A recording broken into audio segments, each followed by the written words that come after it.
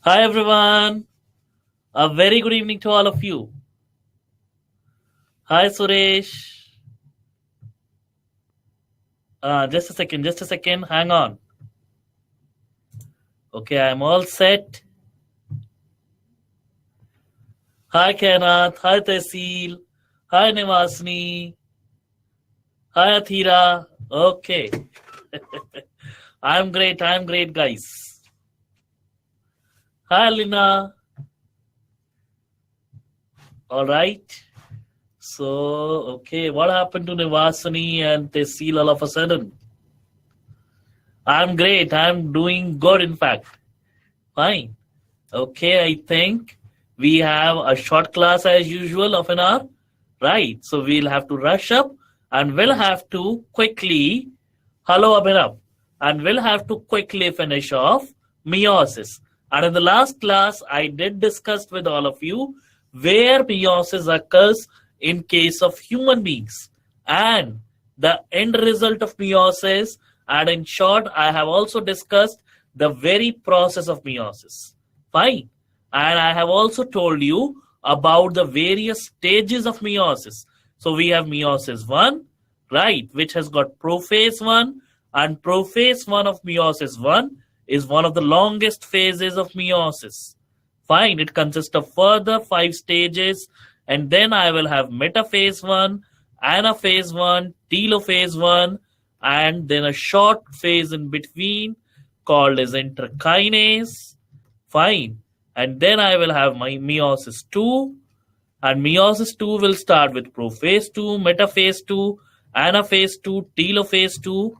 And before all of this meiosis 1, I will have my interphase.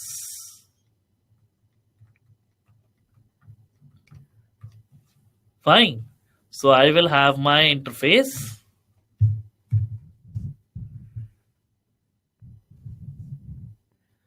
I guess this much is clear to everyone.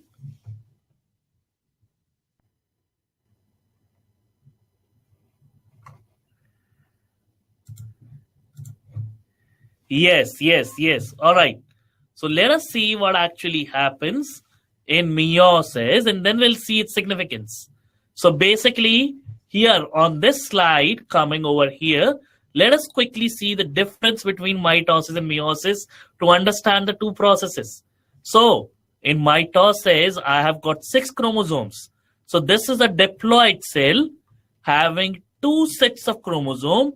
3 chromosomes are of father and 3 chromosomes are of mother, and all 6 of them are aligning at the metaphase plate in mitosis, sorry.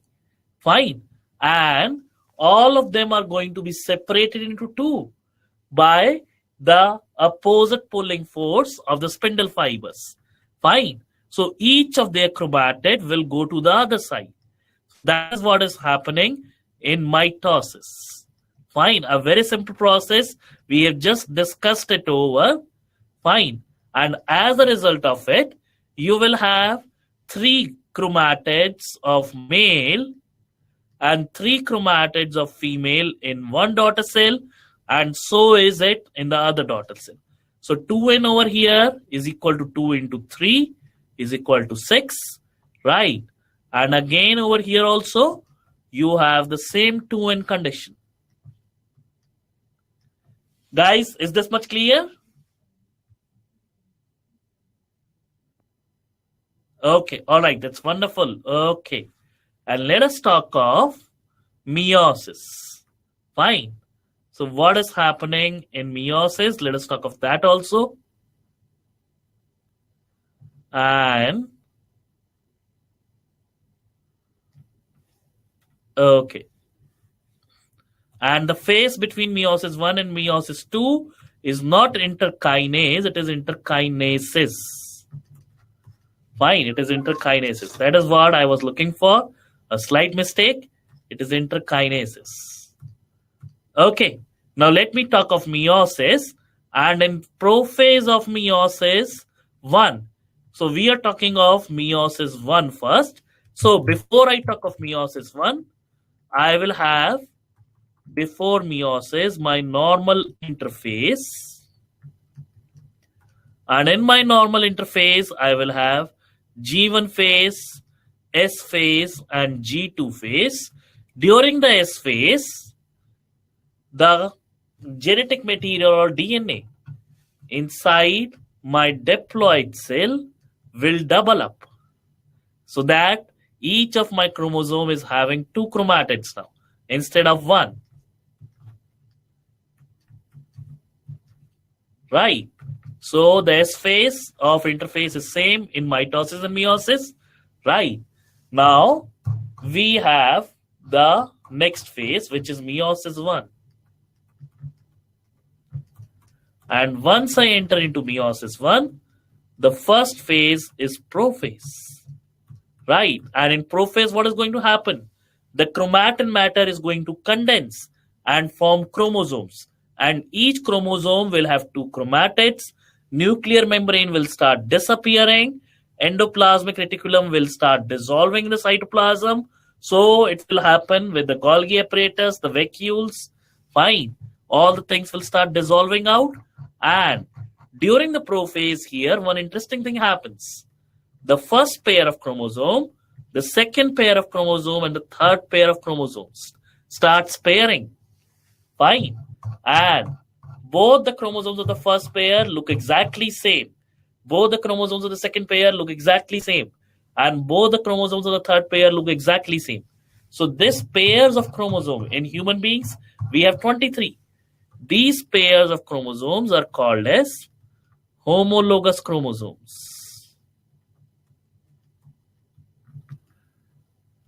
These are termed as homologous chromosomes. Fine. Guys, are you all able to catch me up? Yes. So these are my homologous pair of chromosomes.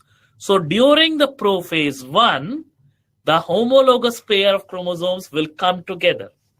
Fine. And they will not only come together, they will do one wonderful thing. So imagine this is a homologous pair of chromosome, which I am drawing for all of us.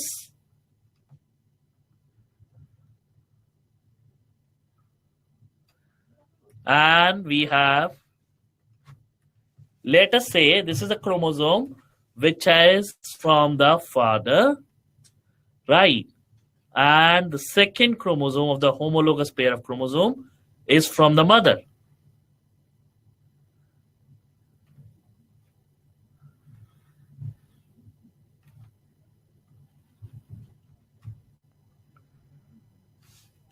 Okay, just a second.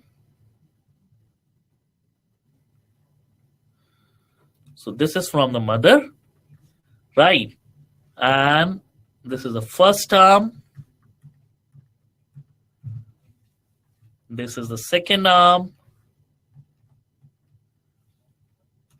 Right. And here on the mother's chromosome, I have got the genes, because chromosome is made up of DNA and protein. Here, let us say I have a gene, capital A, and here I have a gene, capital B. Fine. And on the father's second chromatid, I have the gene, small a here, and small b here. Fine. Guys, are you all getting me? And the 2 chromatids of the same chromosome are always going to be termed as sister chromatids.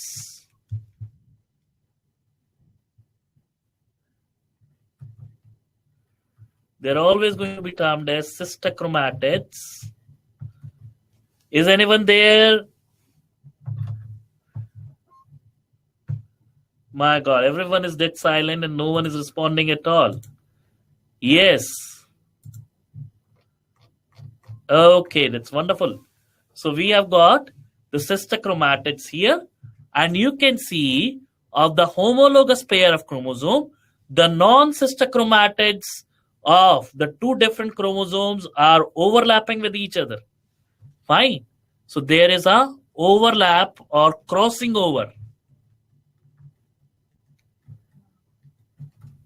of the non-sister chromatids of the homologous pair of chromosomes. They cross over each other, and due to this crossover, ultimately the situation will change. And how the situation will change, let me just tell you. So you will have here, instead of your red one, you have got a segment of the female chromosome. So segments have been exchanged. So here you are getting capital A. Here you have the original, small b. So after crossing over, this is what is happening. This is called as genetic recombination. And your female chromosome of the homologous pair will get the male segment.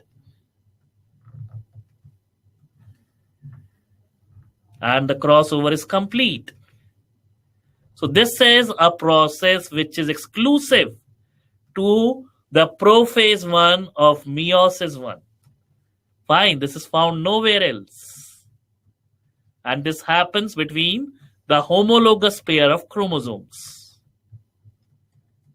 So you see, small a is there with capital B now, and capital A is there with small b now. Fine. So the genes have been exchanged. In which arm? In the second arm. Or in the second chromatid of both.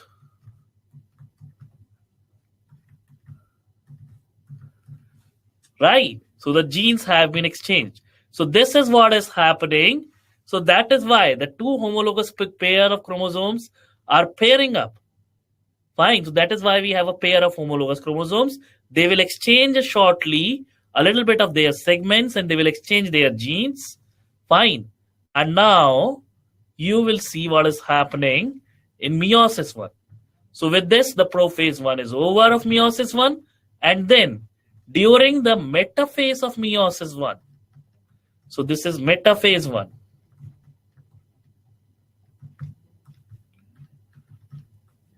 So this is metaphase 1. Fine, where the homologous chromosomes are pairing up like this instead of like this in mitosis. So this is the metaphase of mitosis. And this is the metaphase of meiosis 1. Fine. And what is happening? Instead of chromatids being separating out, it is the chromosomes which are moving to the opposite pole. Fine. So the chromosomes are being pulled to the opposite pole. Ultimately, in the telophase 1, you will have 3 chromosomes here and 3 chromosomes here. Fine. And you also may notice one more thing. There is no guarantee that all blue will line like this and all orange will line on this side. They can line on any side and they can be distributed to any cell. So more probability of random distribution of paternal and maternal chromosomes of the homologous pair is there. Fine. Guys, are you all getting me?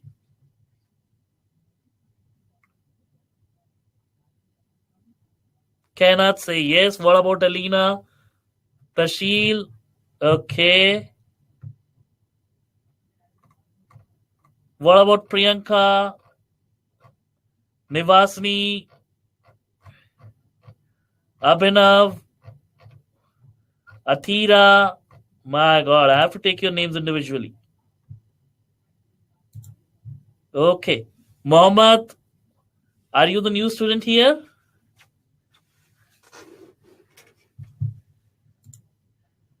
Is this your first class? Okay, that's wonderful. Okay, so let's get moving. Fine. So I think with this, we have talked about the completion of meiosis 1. So by the time the telophase 1 is over, this is the situation. Fine. And at the end of telophase 1, you have 2 cells having 3 chromosomes each in this case. Fine. Now, this cell with the 3 chromosome will undergo meiosis 2. So both of these cells will undergo meiosis 2. And in meiosis 2, they will have a normal metaphase. That means the 3 chromosomes will line up in the center. Now, because they don't have their pairs, they will simply line up in the center during the metaphase, and each of their chromatids will be pulled up at the different end. Fine. So that is what is happening. So you will have cells here ultimately with 3 chromatids each. So this is how your telophase 2 is over. So after your meiosis 1, you will have a short resting phase called as interkinesis. Fine.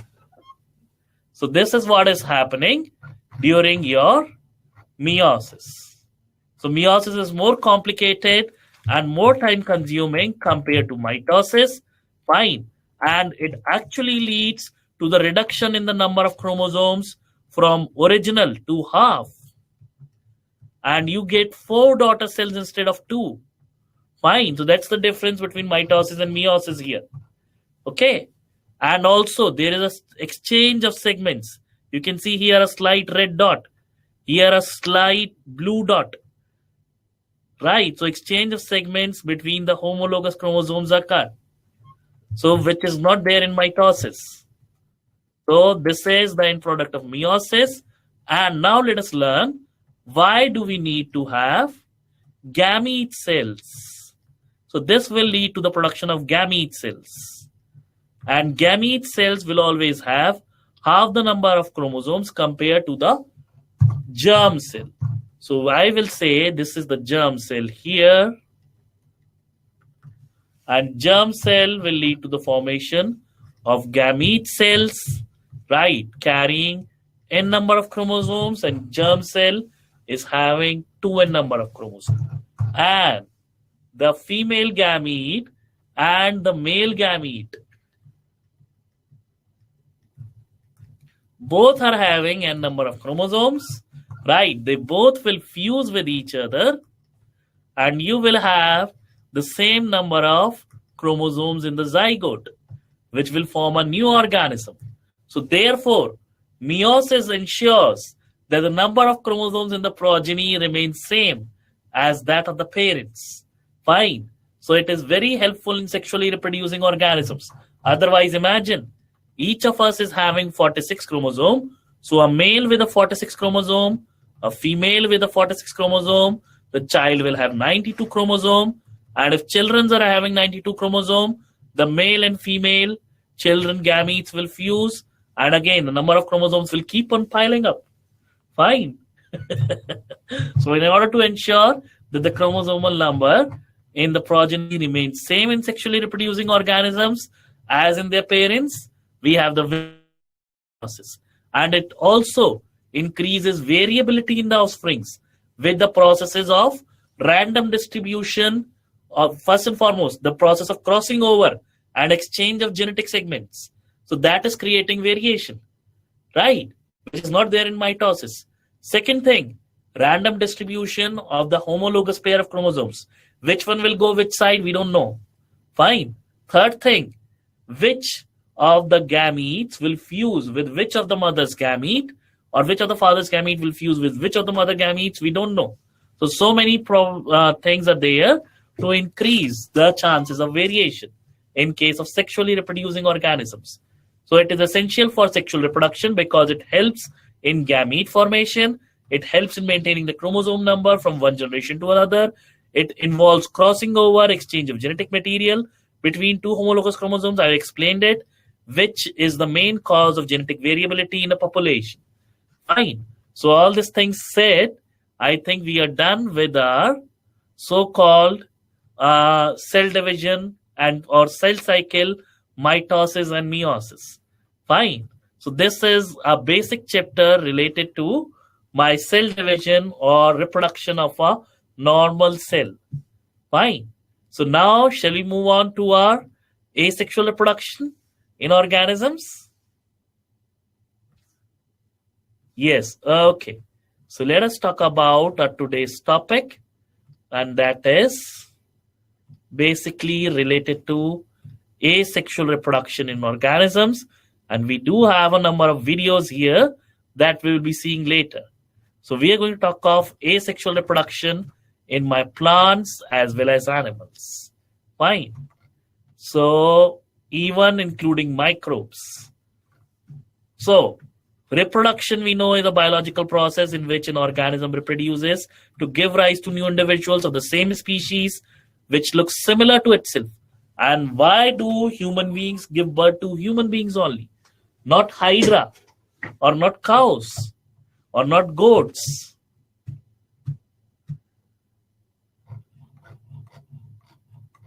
Why is it so? See, because if this is a mother, the gamete of the mother will carry only human genes, right? And so does the gamete of the father. So the progeny will get only human genes, and it will reflect the features of human beings only. So that is why an organism will give rise, yes, right. So that is why the organism will give rise to organism of its own kind. And if it is asexual reproduction, obviously the cell is dividing to give rise to two new cells.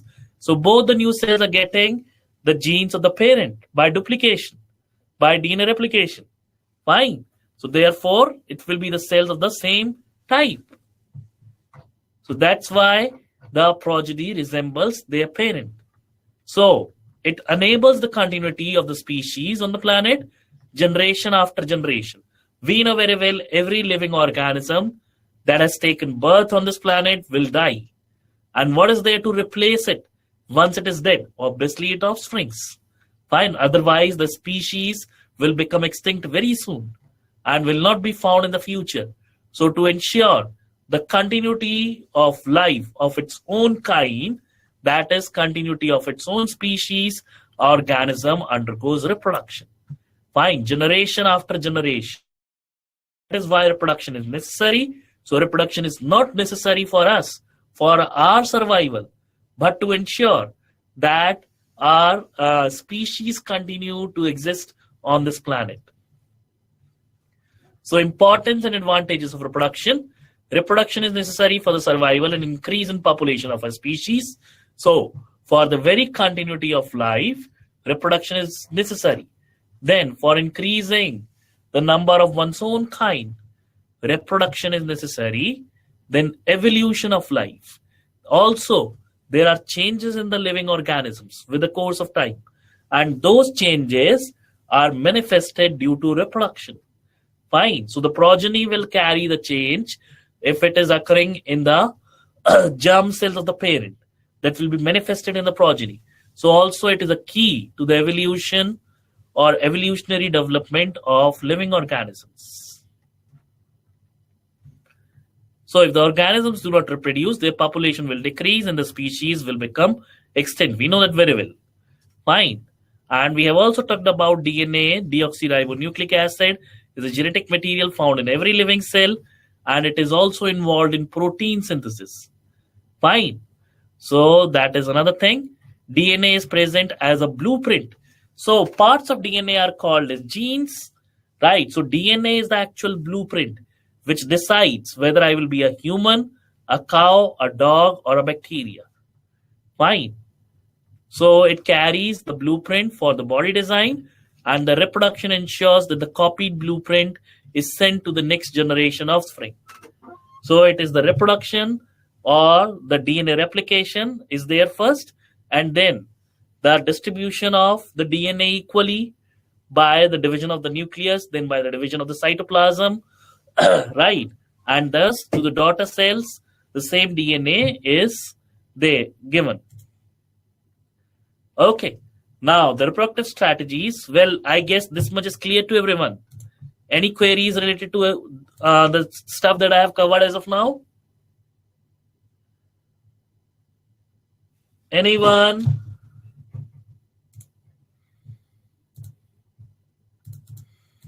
My God, the whole class seems to be sleeping.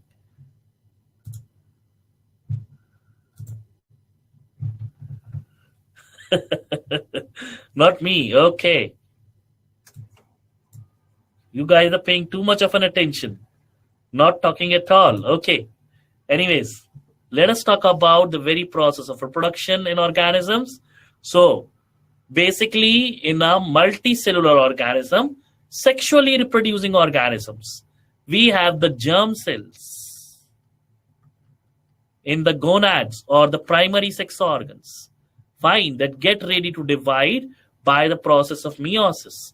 But before they divide, the DNA multiplies over there in them. Fine, so there is DNA replication during the S phase of interphase. And then each copy of DNA is separated later on. Well, I guess let us discard this. So this is not a proper process. So I will simply create a new chart.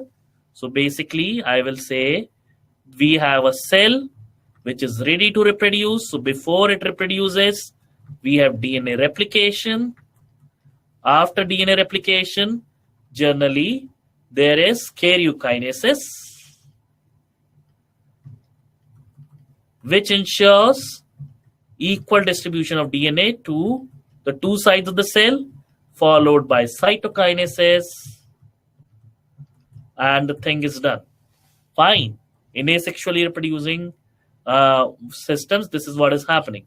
In sexually reproducing organisms, you will have the germ cells. In the germ cells, first DNA replication will occur when it is preparing for meiosis.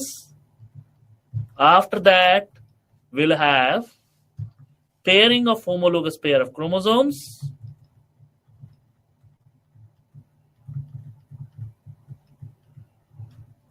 Right, so pairing of homologous pairs, and then their separation, which is again a part of karyokinesis. And after their separation, it is followed by cytokinesis. Fine. And then further, each cell after cytokinesis, now we have the daughter cells.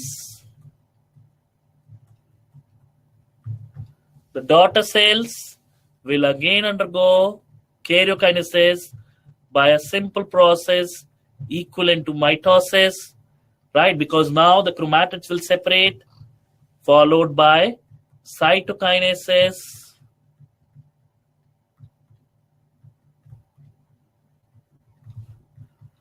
And you will have two daughter cells. Again, fine. So these are, I can say, this process is gamete production.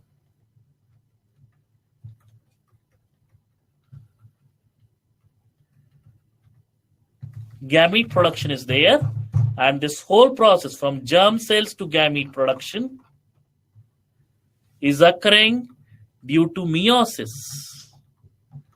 right? And this daughter cells which are produced may not be actual gametes, so they will undergo slight changes, fine, to become gametes. So exactly right from germ cells to the formation of gametes, because the daughter cells may further transform themselves to become gamete. They may not divide, but they will transform themselves to become gametes. And the whole formation of gametes from the germ cells is often termed as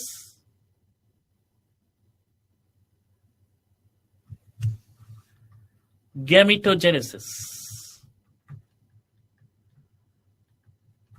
And gametogenesis does includes the conversion of germ cells to gametes by a process of meiosis, right? Isn't it? So that is what is happening. And then the gametes of two different kinds, male and female gamete, will fuse in sexual reproduction. Fusion of gametes is termed as fertilization.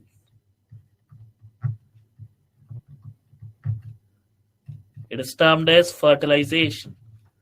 And you will get a zygote. The zygote will simply proliferate to form an embryo. The embryo will become a newborn.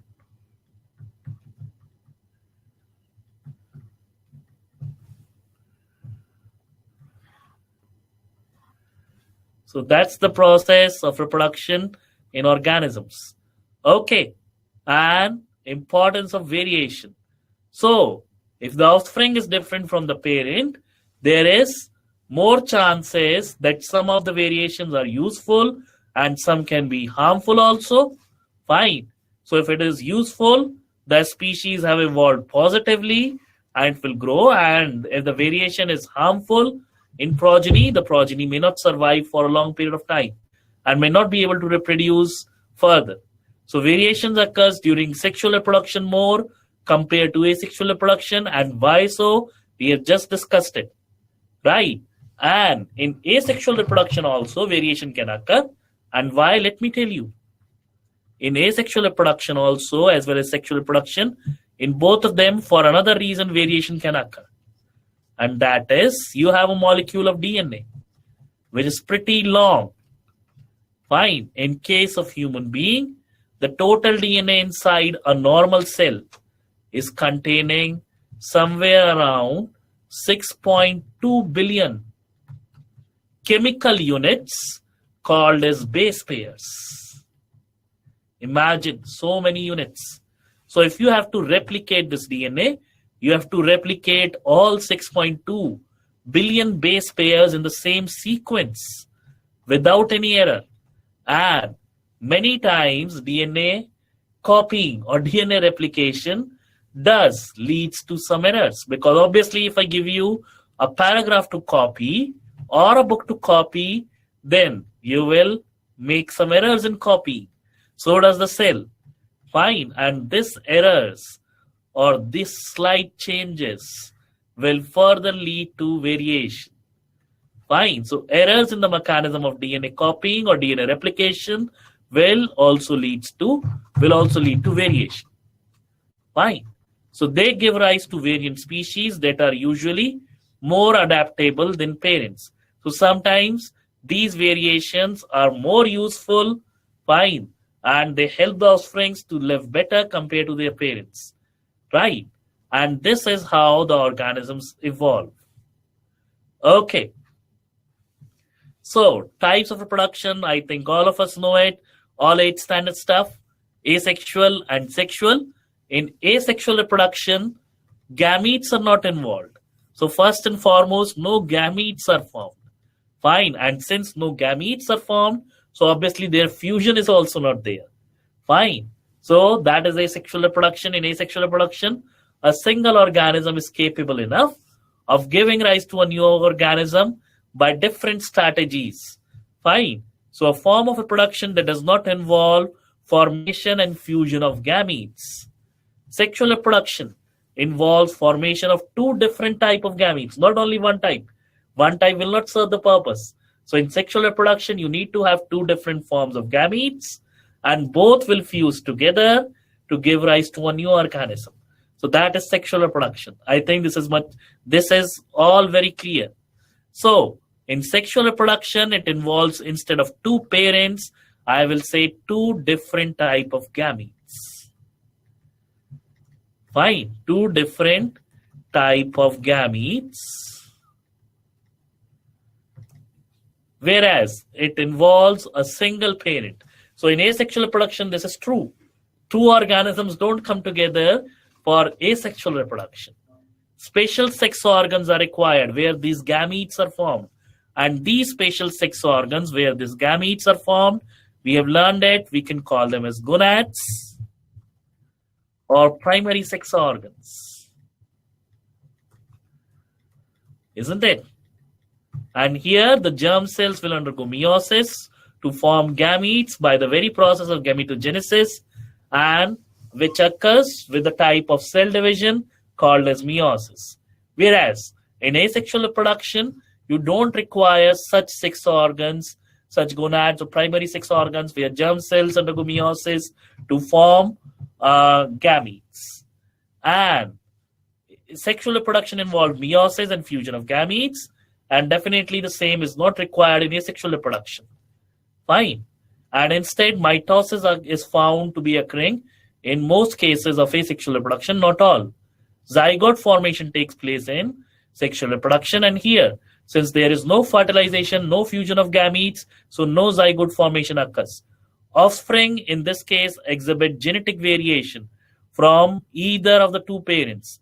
So here, the offspring is neither resembling the mother nor the father completely. It is having its own identity. Fine. And here, the offspring is a true copy. It's a clone or a Xerox copy of the parent. So if I am to reproduce asexually by budding, suppose, so the new sorb that will pop out of me will be exactly like me, isn't it? So that will be the asexual reproduction. And in sexual reproduction, the product will be a progeny of me and my wife. Fine. And it will have half the genes of me, half the genes of my wife. So it will not resemble any of us, but will have the characteristics of both of us and some of its own. Fine. Due to the very process of crossing over, random distribution of homologous chromosomes, right, as well as random fusion of gametes. Fine. So many things are causing variation, and variation is there slightly in asexually reproducing organisms and sexually reproducing organisms due to mistakes in the mechanism of DNA replication or DNA copying also. Okay. Now let us move forward and let us talk of asexual reproduction via the process of, so there are many processes which are leading to asexual reproduction. One of the most simplest one is termed as fission. Fine. Then we can talk of the second process, budding. We have fragmentation. We have regeneration. We have vegetative propagation. We have spore formation.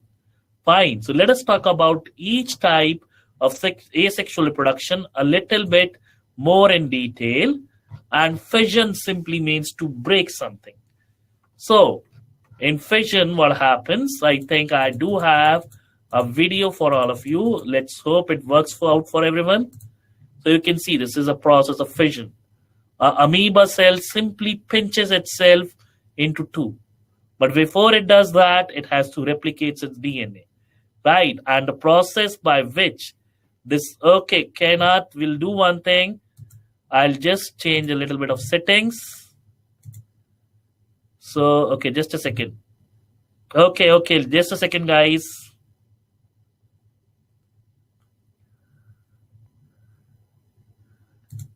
Okay, now you guys will be able to see it, I guess. Fine. So let me just play the video again. Yes, now you can see it. So you can see very clearly, first the amoeba will replicate its DNA, which cannot be seen here, but it simply divides into two. Right, so breaking up of anything is fission. So this is a process of fission, and this fission is not due to mitosis in amoeba.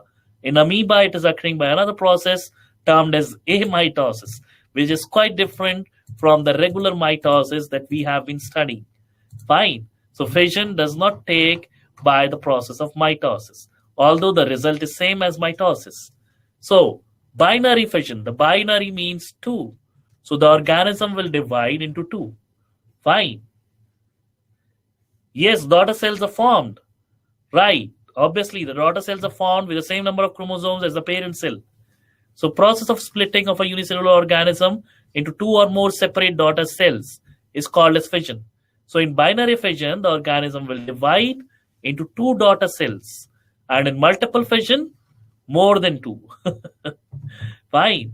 So that means it will undergo multiple rounds of DNA replication before actually dividing into many pieces.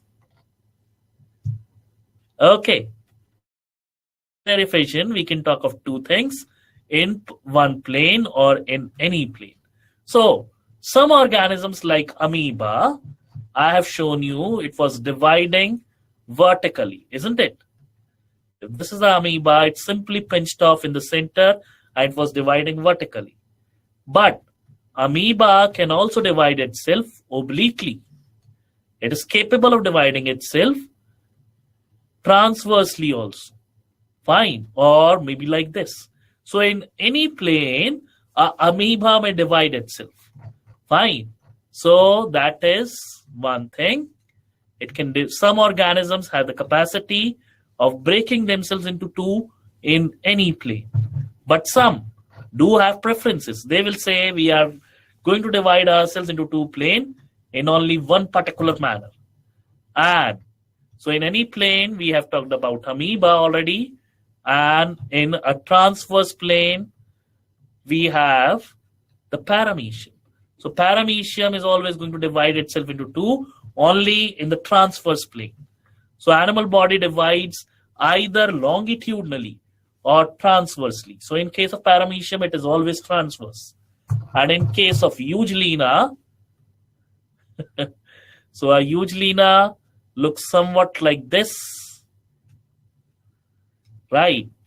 It has an eye spot here, and it has a nucleus here, and this organism will always divide longitudinally, never transversely or in any other plane. Yes, same it happens in case of Leishmania. Yes, in Leishmania also it occurs in the same manner, longitudinal fission. Fine. So in any particular plane, so there are two kinds of binary fission. In any plane or in a particular direction. Maybe longitudinal, maybe transverse, or maybe only oblique. Fine. So in one particular plane, the organism will divide itself. Multiple fission. Multiple fission generally occurs in an organism when it faces a stressful situation. Like in case of an amoeba, there are some varieties of amoeba, they are facing drought conditions because amoeba is found in water. It is aquatic organism.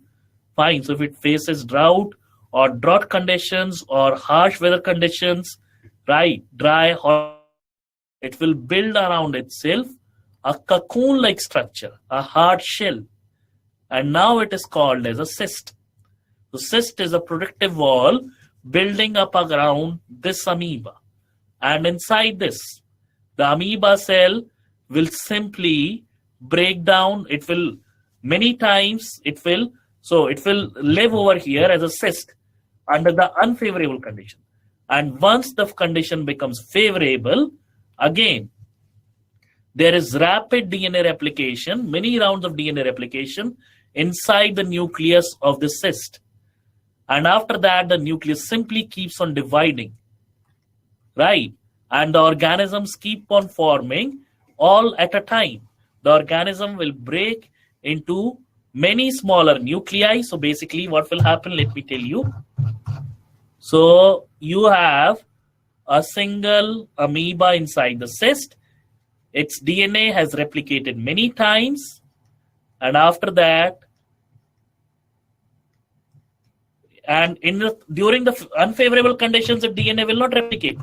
So once it finds the favorable condition, the cyst will wake up. The amoeba inside the cyst will wake up. And its DNA will replicate. And then its nucleus will divide. And due to the division of nucleus, you will have so many small nucleuses. And these small nucleuses will redistribute themselves within the cytoplasm of the cell, of this large amoeba cell. Okay, it has redistributed itself. So you will have an amoeba cell like this, with small nucleuses containing the original amount of DNA. Fine. And all you need to do is simply break it into smaller pieces. And you have so many amoebas coming up.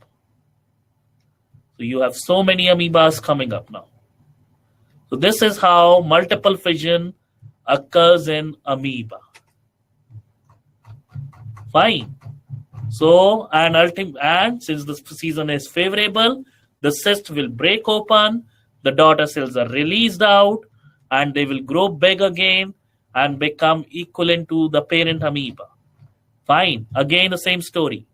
Amoeba building a cyst around itself, right? The nucleus undergoes division and the nucleus multiplies and forms so many nuclei. Fine. They are all distributed inside the cytoplasm. Each is encapsulated by small amount of cytoplasm to form small daughter amoeba cells, and the cyst burst open, right? And all the amoebas are released out. Okay. Is everyone there? Nivasani is there. What about Abhinav, Priyanka, Thira, Kainat, Mohammed?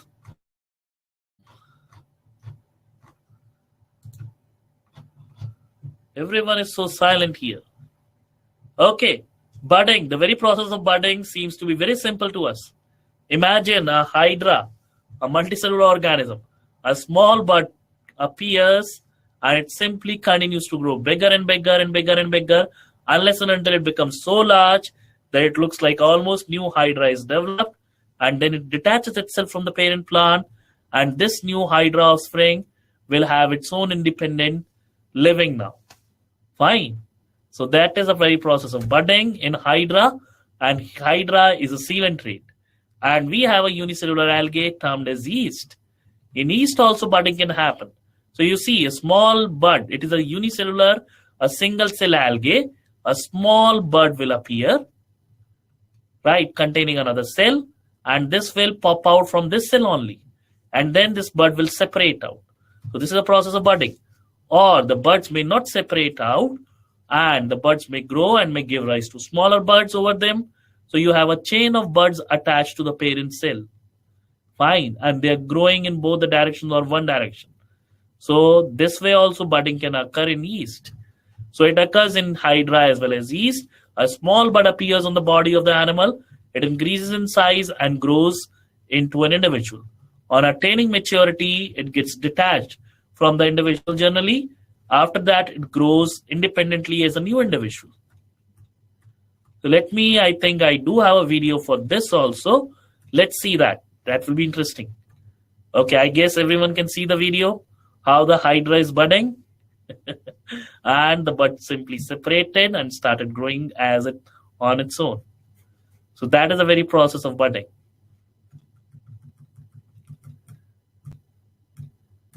Okay, after that we can talk of fragmentation. And fragmentation occurs in those organisms which are very simple in design but are multicellular. So you can see here, you have a multicellular green algae, and each cell, this is one cell of the algae, this is another cell of the algae, and this is another cell of the algae. Right, so three cells are depicted of an algae. Can you differentiate between the three?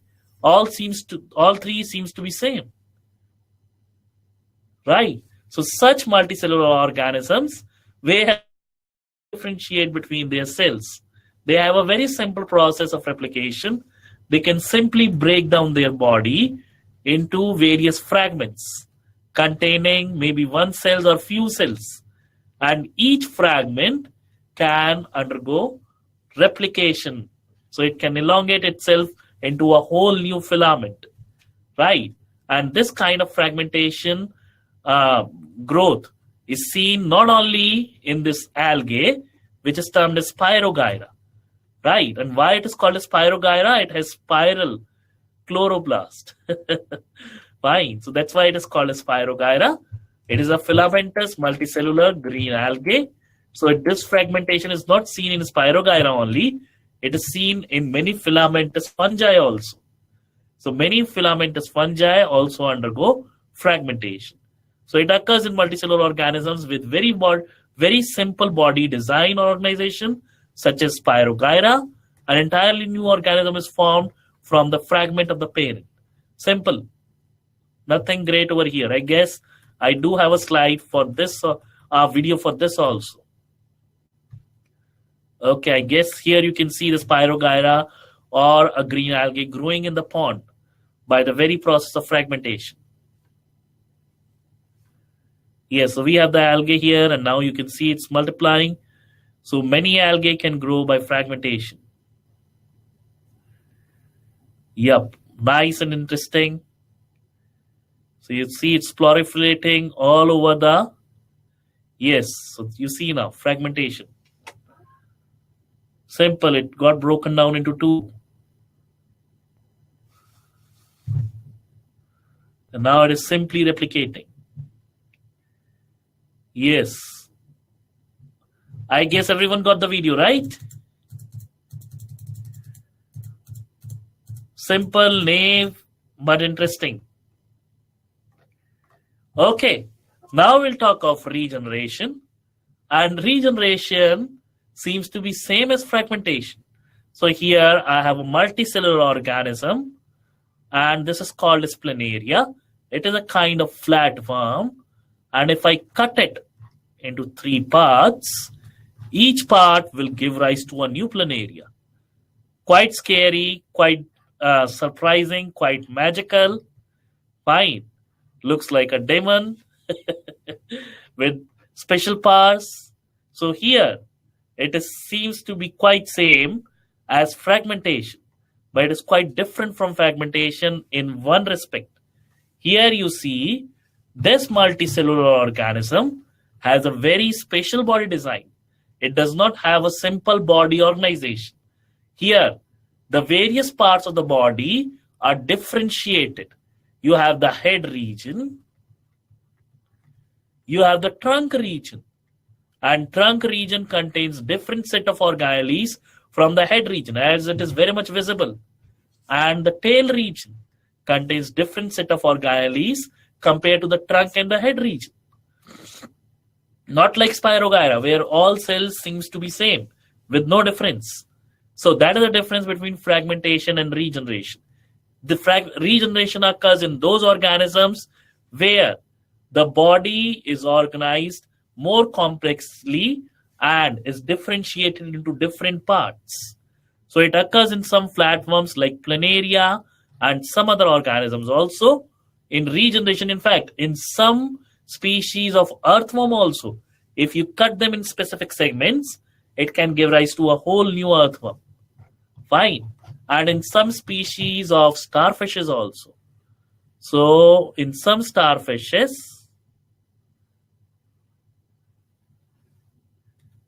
if this is my starfish, and let us say its arm is chopped, fine, it lost it to the predator.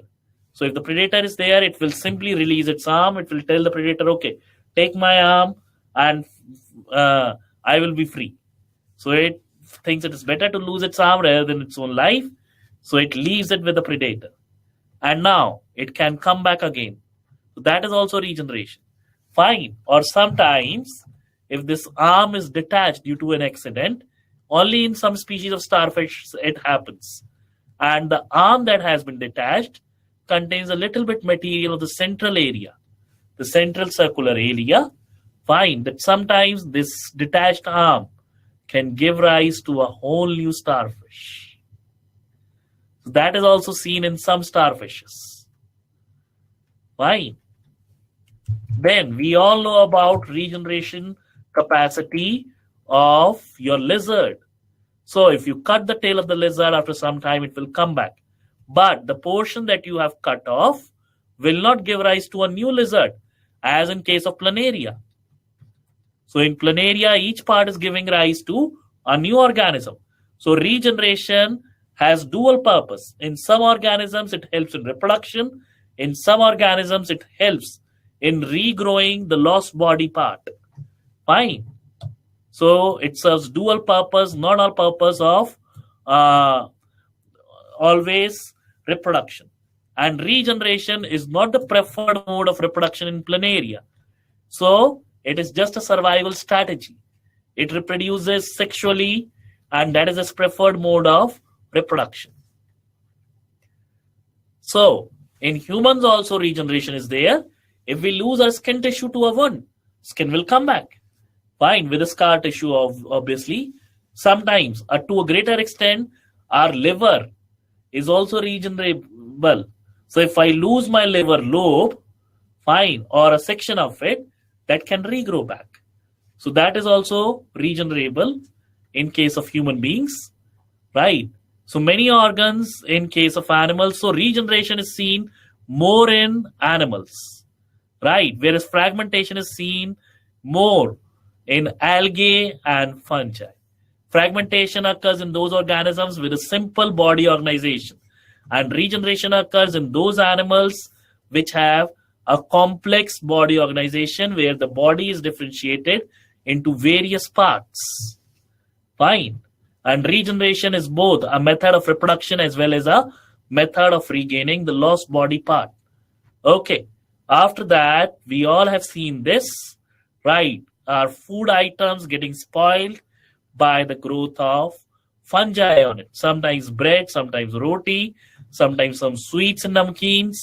Fine. Our pickles, they all get spoiled due to this. So where does this fungi come from?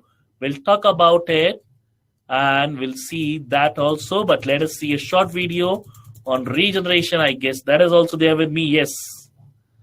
So let us see this interesting video. So we have planaria here, the flatworm. So reproduction in planaria by regeneration, not sexual method. Although it can reproduce sexually also. For that matter, even a hydra can reproduce sexually as well as asexually by budding. So now we have got the process of regeneration complete here.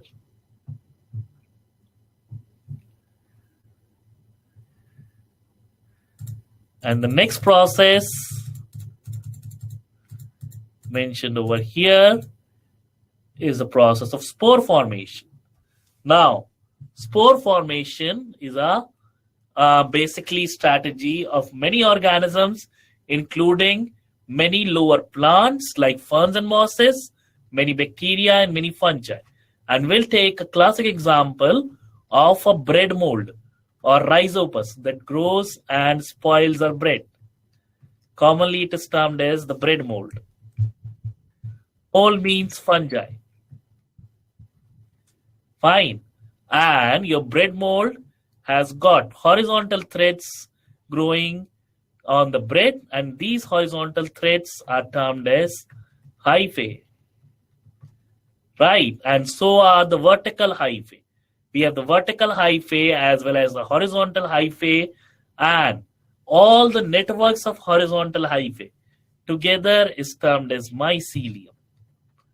So mycelium is like a spider's web. It is a web of horizontal hyphae growing on the bread or the substratum from which it is going to derive its food.